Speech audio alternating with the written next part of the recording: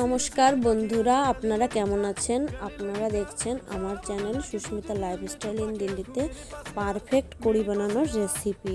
এভাবে কড়ি বানালে কড়ির পকোড়া খুবই সফট এবং কড়ি খেতে খুবই সুস্বাদু হয়। আপনাদের কাছে পুরো ভিডিওটি দেখার অনুরোধ রইল। প্রথমে 2 কাপ টক দই, আধা কাপ বেসন, আধা চামচ হলুদ গুঁড়ো, আধা চামচ শুকনো লঙ্কা গুঁড়ো মিক্সারে দিয়ে 30 সেকেন্ড ঘুরিয়ে নেব। এভাবে কড়ি বানালে টক দই ফেটে যাবে না, আপনারা হাতেও এটা মিক্স করতে পারেন। দেখুন ঘোলটা পুরো পারফেক্ট হয়েছে। এবার এতে আমি আধা কাপ বেসন ছিল, তাই আমি 5 কাপ মতো জল দেব, দিয়ে ভালো করে মিক্স করব।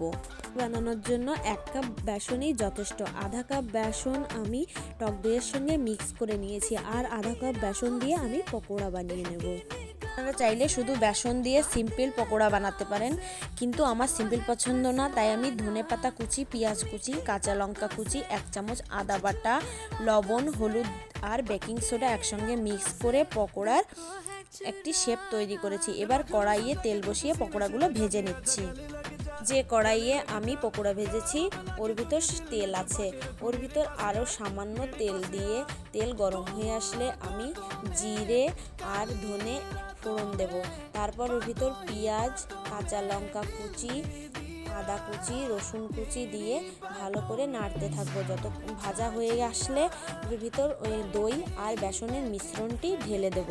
যতক্ষণ না গাঢ় হচ্ছে ততক্ষণ আমি নাড়তে থাকবো। দই আর বেসনের মিশ্রণটি ঘন হয়ে আসলে আমি গ্যাসের ফ্লেম বন্ধ করে ওর ভিতর পকোড়া দিয়ে দেব।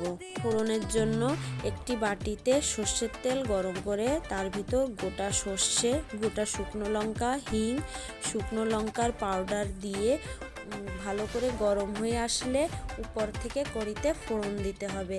কারি পাতাও দিতে পারেন, আমার কাছে কারি পাতা নেই তাই আমি কারি পাতা দিলাম না। ফোড়ন দেওয়ার পর কারির কালার আরও বেশি সুন্দর হয়েছে। এভাবে কারি বানালে খেতে খুবই সুস্বাদু লাগে। আমার কারির রেসিপি তৈরি হয়ে গেছে। এবার আমি উপর থেকে একটু কস্তুরি মেথি ছড়িয়ে দেব। আপনাদের রেসিপিটি কেমন লাগলো কমেন্ট করে জানাবেন। রেসিপিটি ভালো লাগলে লাইক, শেয়ার, কমেন্ট করবেন। আশা করি সবার এই রেসিপিটি ভালো লেগেছে। আপনারা বাড়িতে এভাবে ট্রাই করবেন। ধন্যবাদ সবাইকে।